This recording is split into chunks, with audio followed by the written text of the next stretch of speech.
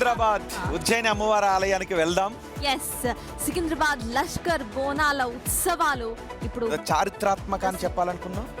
అదే మీరు ఇప్పుడు ఏదైతే చెప్పారో అదే ఫుల్ ఎగ్జైట్మెంట్ తో చెప్తున్నాం. చారిత్రాత్మక సికింద్రాబాద్ లష్కర్ బోనాల ఉత్సవాలు అట్టహాసంగా ముగింపు ఘట్టానికి చేరుకున్నాయి. ఇందులో ఎంతో ప్రసిద్ధి చెందిన అత్యంత కీలకమైన రంగం కార్యక్రమం మరికొద్ది సేపట్లో ప్రారంభం కాబోతోంది.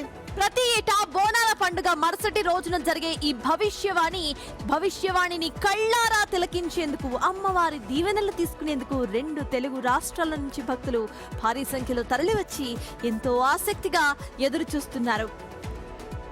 మరి కాసేపట్లో అమ్మవారి ఊరేగింపు కూడా జరుగుతుంది రంగానికి తరువాత. అయితే సికింద్రాబాద్ లష్కర్ బోనాల ఉత్సవాలు అట్టహాసంగా ముగింపు ఘట్టానికి చేరుకున్నాయి. మరికొద్ది సేపట్లో అమ్మవారు రూపంలో భవిష్యవాణి ఏం చెప్పబోతున్నారు అనేదే అందరిలోనూ కలిగిస్తున్న ఆసక్తి, ఉత్కంఠ కనిపిస్తూ ఉంది. ఎస్, అక్కడ రంగానికి సంబంధించిన అప్డేట్స్ అందించడానికి మా ప్రతినిధి సుచిత అక్కడ సిద్ధంగా ఉన్నారు.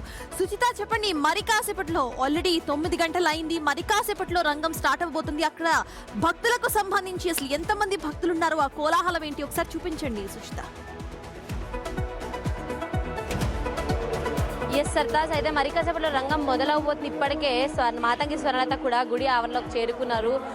గుడి లోపలికి దర్శనంకి అయితే వెళ్ళారు. ఇప్పుడే భక్తుల తాకిడి కూడా ఇంకా మొదలైందని చెప్పుకోవచ్చు. క్యూ లైన్లో కూడా భక్తులు ముందు దర్శనం చేసుకొని మళ్ళీ వచ్చి మాతంగి స్వర్ణలత చెప్పే అంతా కూడా అదే ఏదైతే భవిష్యం అని చెప్తుందో అది వినటానికి కూడా అయితే రెడీగా ఉన్నారని చెప్పుకోవచ్చు. భక్తుల తాకిడి అయితే బాగానే మొదలైంది.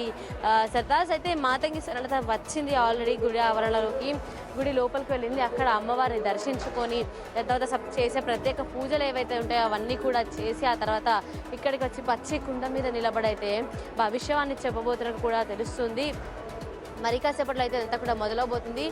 అది తిలకించడానికి భక్తులు ఆల్రెడీ తరలి వస్తున్నారు. చూడొచ్చు మనం క్యూ లైన్లలో కూడా భక్తులు రెడీగా నుంచిన ముందు దర్శనం చేసుకొని వచ్చి తర్వాత అయితే లోపల వినడానికి రెడీగా ఉన్నారు. ఒకసారి అయితే బారికేడ్ చేసి ఆపేశారు.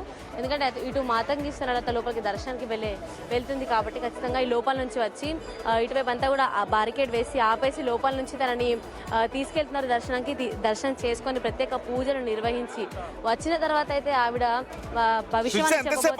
ఎంతసేపట్లో భవిష్యవాణి కార్యక్రమం ప్రారంభమయ్యే అవకాశం ఉంది?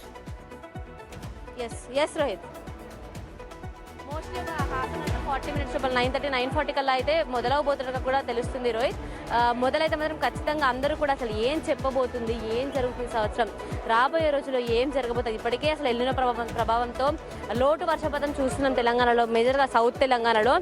ఇట్లాంటి పరిస్థితుల్లో అసలు పంటలు కానీ లేకపోతే మన ప్రజల క్షేమం ఎలా ఉంది, లేకపోతే వర్షాలు పడుతున్నాయా ఏంటి, పడబోతున్నాయా లేదా అనేదంతా కూడా క్లియర్గా ఆవిడ ప్రతి సంవత్సరం లాగే చెప్పబోతున్నట్టు కూడా అమ్మవారి రూపంలో ఆవిడ నిలబడి చెప్తుంటే ఎంత వైబ్రెంట్ ఉంటుందంటే రోహిత్. నిజంగా ఇక్కడ లైవ్లో వింటుంటే మాత్రం అసలు చాలా ఇట్లా బాడీలో మనకి ఇట్లా ఆవిడ వాయిస్కి ఇట్లా వైబ్రేషన్స్ వస్తాయి బాడీలో మనకి, అంత సీరియస్గా అయితే ఉంటుంది.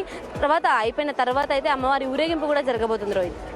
ఎస్, గతంలో ఇటు అమ్మవారు ఏమన్నారో చూస్తే వర్షాలు సమృద్ధిగా పడతాయి, అలానే రాబోయే రోజుల్లో కొన్ని రకాల మహమ్మారులు ఉంటాయి అండ్ అగ్ని ప్రమాదాలు కూడా జరిగే అవకాశం ఉంటుందని 2025 భవిష్యవాణి చెప్పారు. మరి ఈసారి ఎటువంటి భవిష్యవాణి చెప్పబోతున్నారనేది 2 తెలుగు రాష్ట్రాల ప్రజలు వెయిట్ చేస్తున్నారు. మరి కొద్దిసేపట్లో రంగం కార్యక్రమం కూడా మొదలు కాబోతోంది. ఆ రంగం కార్యక్రమాన్ని మీకు లైవ్ లో చూపించడానికి వ్యక్తి అన్ని